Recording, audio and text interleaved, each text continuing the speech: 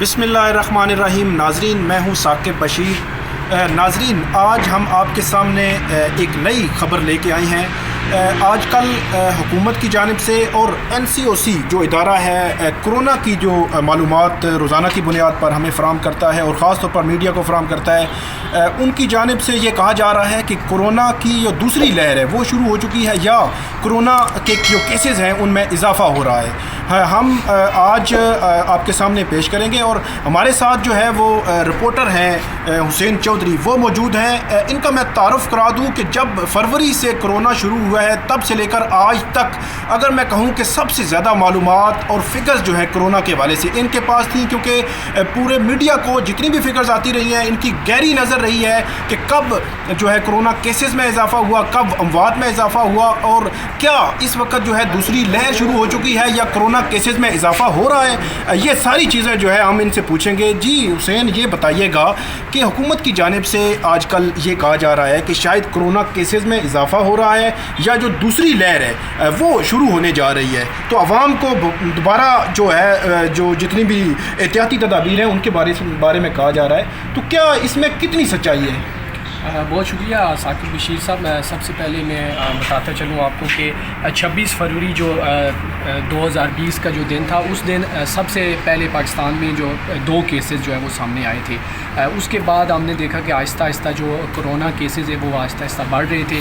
उसके बाद 24 जो मार्च था उसमें जो है वो लॉकडाउन हुआ और उसके बाद जो है वो सख्ती से अमल दरामद किया गया लॉकडाउन पर।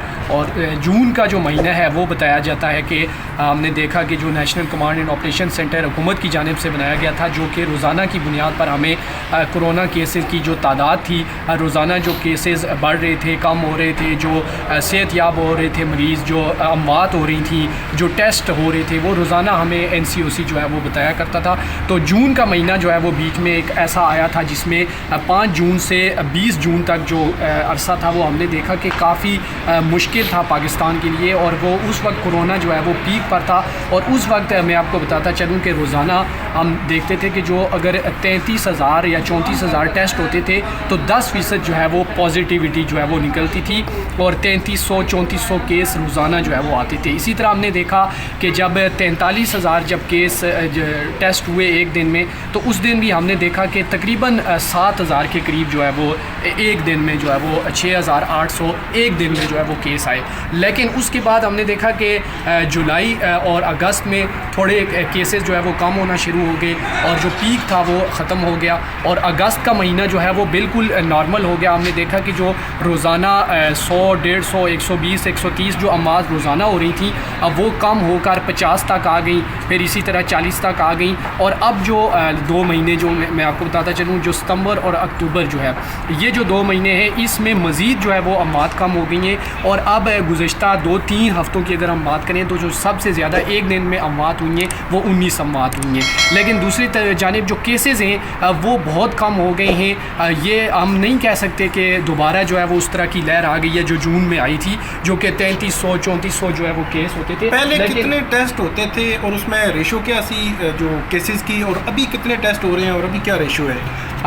पहले मैं आपको बताता चलूँ कि 10% जो है वो पॉजिटिविटी रोज़ निकलती थी। अगर 5,000 टेस्ट होते थे तो अगर 5,000 जो है वो मरीज़ निकलते थे तो वो इसी तरह जो है 40,000 तक जो है वो टेस्ट होते थे, तो 5,500 के करीब जो है वो निकलते थे। लेकिन अब सूरत हाल ये है कि मैं आज की आपको बताऊं कि 27,000 आज टेस्ट हुए हैं और आज 735 जो है वो आज रिपोर्ट हुए हैं केसेस। तो अब हम देख रहे हैं कि पहले की निस्बत अगर वो 27,000 टेस्ट होते थे तो 2700 केस होते थे, यानी कि 2,000 केस जो है वो कम हो रही हैं। अमवात जो है वो गुज़श्ता 2 हफ़्तों से बढ़ रही हैं, लेकिन उतनी नहीं बढ़ रही जिस तरह हम देखते थे कि 150, 200, 180, 170 अमवात एक दिन में होती थी, उस तरह नहीं बढ़ रही, बल्कि अब जो है वो 20 से कम ही जो है वो अमवात हो रही हैं। टेस्टिंग आपको बताता चलूँ कि पाकिस्तान में जो शुरू में जो 2 महीने जब लॉकडाउन हुआ उस वक्त टेस्टिंग सलाहियत हमारी जो थी अब वो 40,000 थी, लेकिन टेस्ट कम होते थे, 21,000 तक टेस्ट होते थे, 22,000 टेस्ट होते थे, 21,000। लेकिन आज 27,000 टेस्ट हुए, लेकिन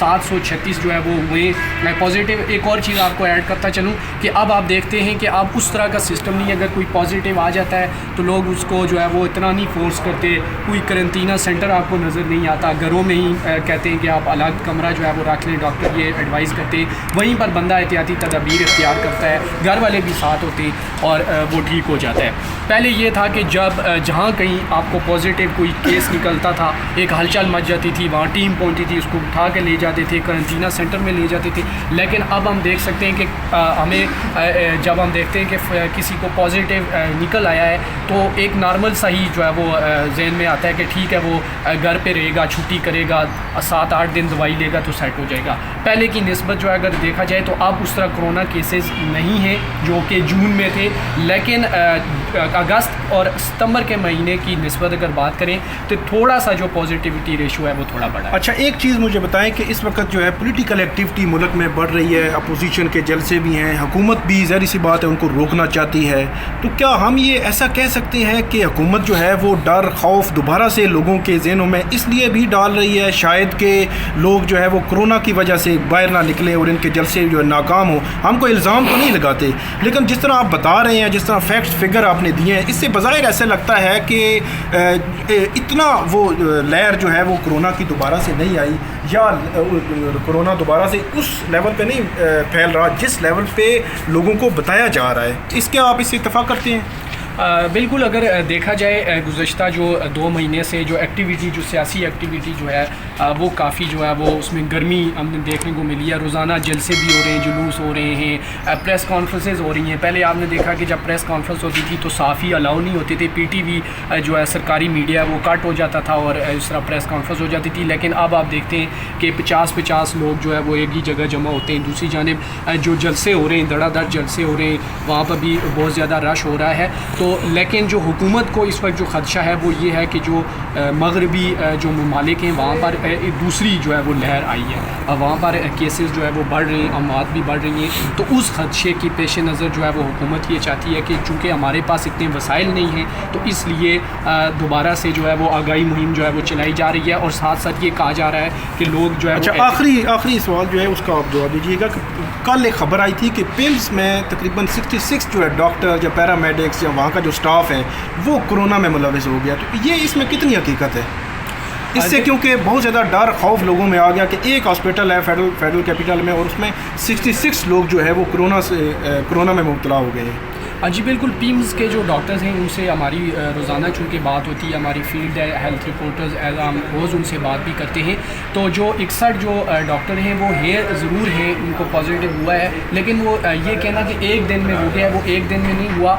जो दूसरी लहर है जो बताई जा रही है अगस्त सितंबर के बाद जो है उसमें ये टोटल जो है वो 61 तक तादाद पहुँची है। लेकिन उनमें से जो मेजॉरिटी जो डॉक्टर हैं वो ठीक हो गए, काम कर रहे हैं अभी भी। मतलब आपके कहने का मकसद ये है कि आप कह सकते हैं कि तकरीबन 2 महीने के दौरान ये जो है सारे डॉक्टर जो है कोरोना में मुब्तला हुए हैं। जी नाज़रीन, ये सारी सूरत हाल थी वो हमने आपके सामने रखी।